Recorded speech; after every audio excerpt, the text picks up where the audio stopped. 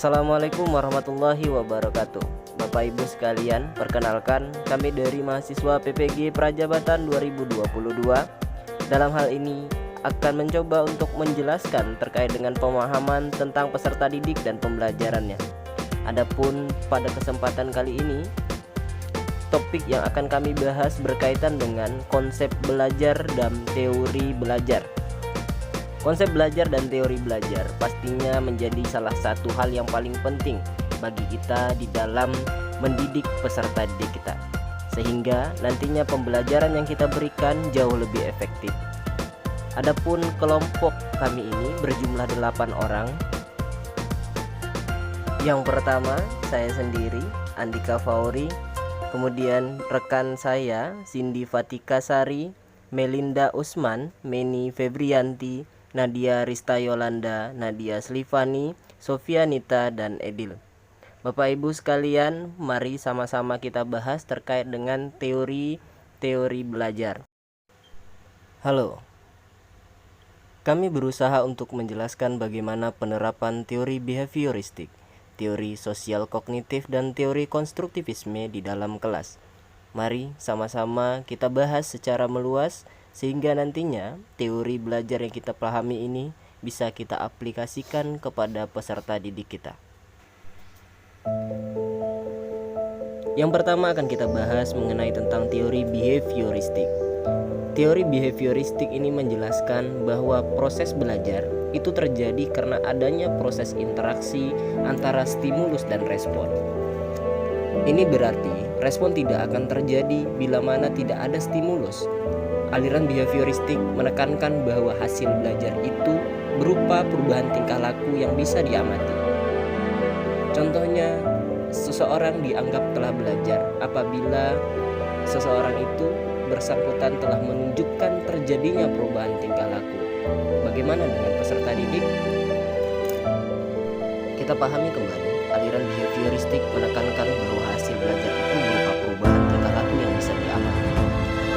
Kalau kita arahkan kepada peserta didik, misalnya peserta didik itu telah belajar apabila ketika kita berikan pertanyaan dan peserta didik dapat menjawab pertanyaan dengan benar dan itu teramati oleh kita.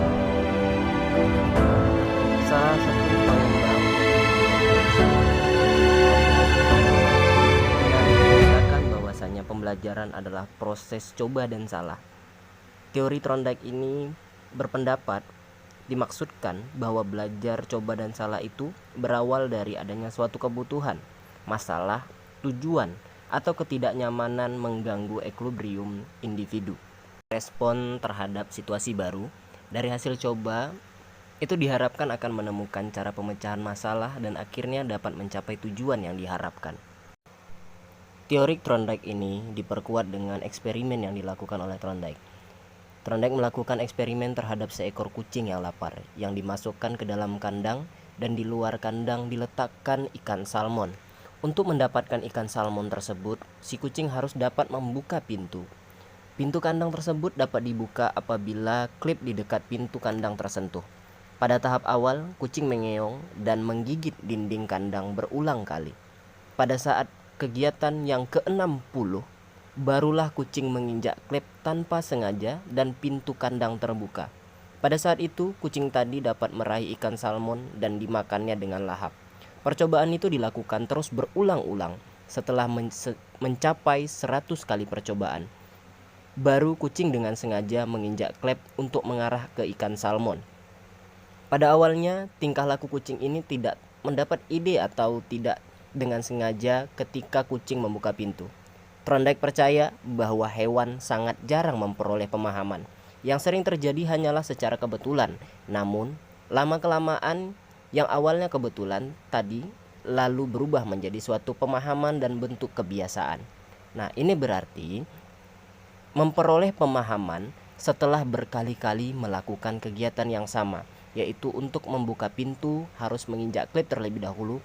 Berikut contoh percobaannya.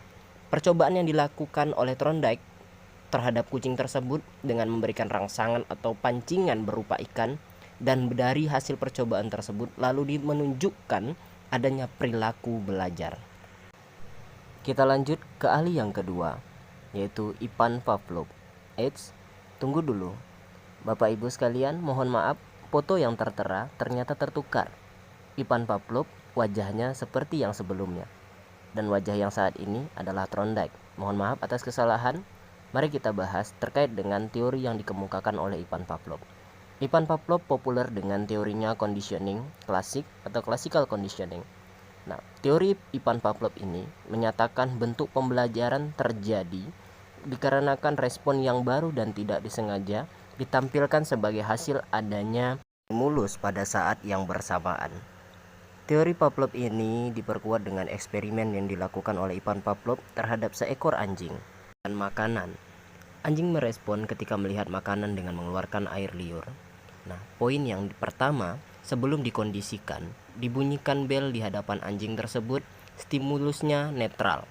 Anjing merespon dengan biasa saja, tidak terpengaruh oleh bunyi bel tersebut. Kemudian yang kedua, setelah dikondisikan, bel dibunyikan, lalu anjing merespon dengan keluarnya air liur dari mulut anjing tersebut. Kemudian yang ketiga, sesudah dikondisikan, bel dibunyikan, setelah itu respon anjing mengeluarkan air liur meskipun tidak ada makanan. Berdasarkan eksperimen yang dilakukan oleh Pavlov tersebut, dapat dikemukakan bahwa perilaku itu dapat diubah dengan memberikan kondisi tertentu. Bagaimana jika kondisi ini kita arahkan kepada peserta didik?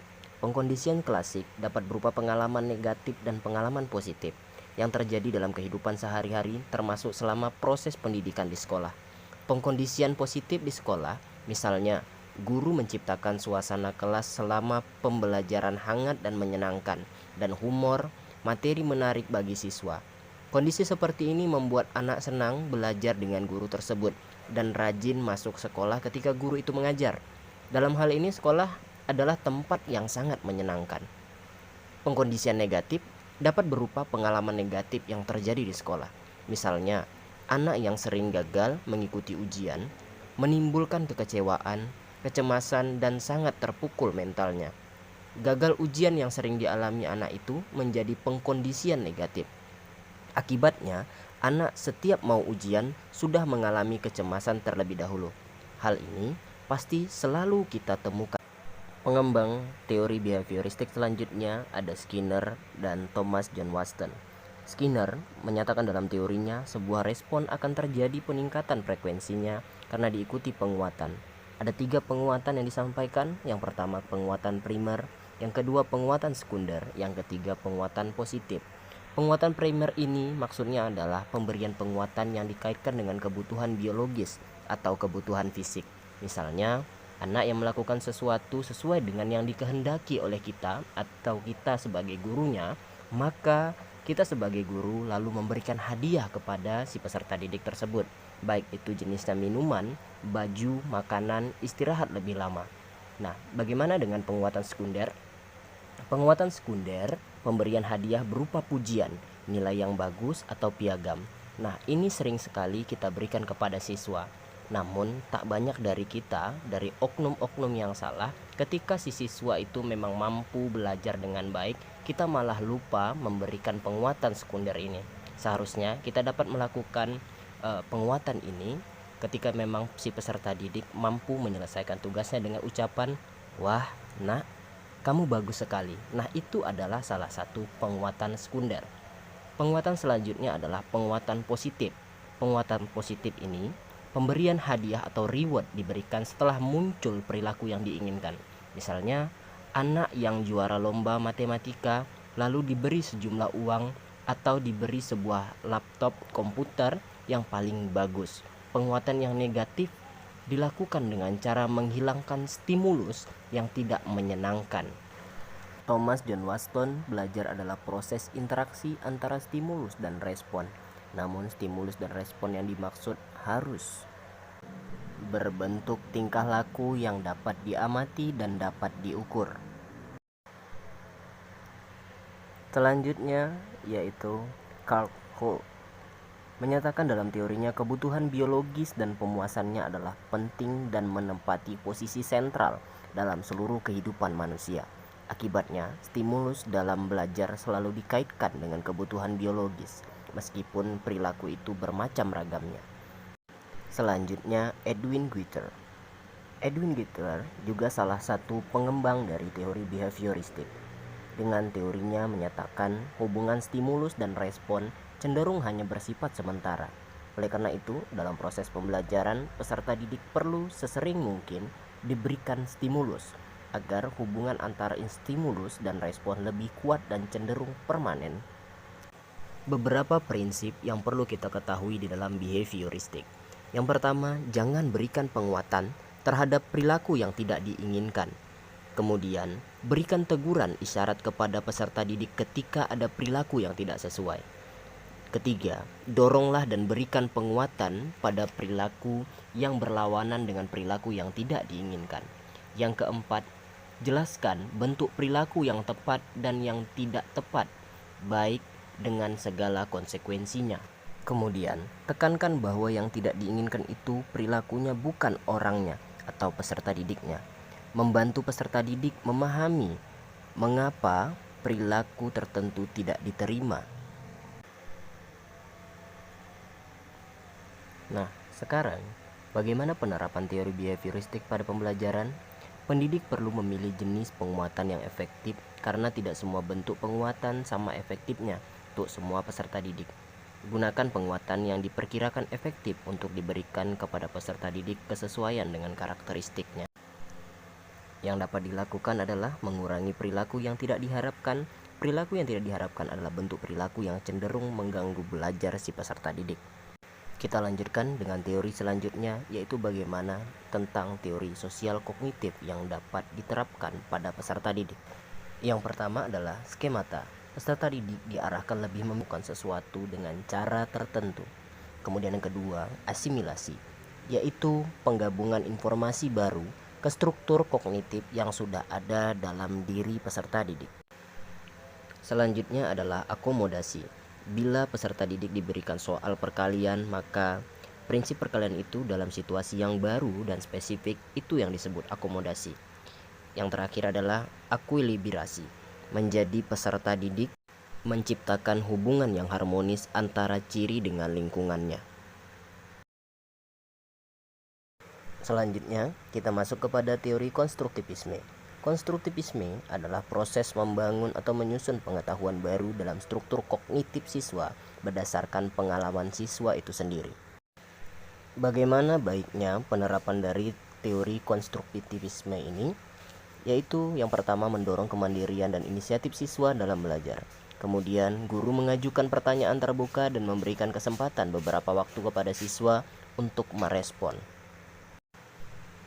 Kemudian, mendorong siswa berpikir tingkat tinggi dan juga siswa terlibat secara aktif dalam dialog atau diskusi dengan guru dengan siswa lainnya. Siswa juga terlibat dalam pengalaman yang menantang.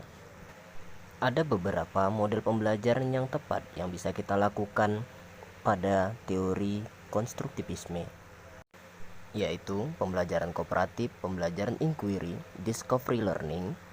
Model pembelajaran ini rasanya tepat untuk menyelesaikan kasus seperti berikut.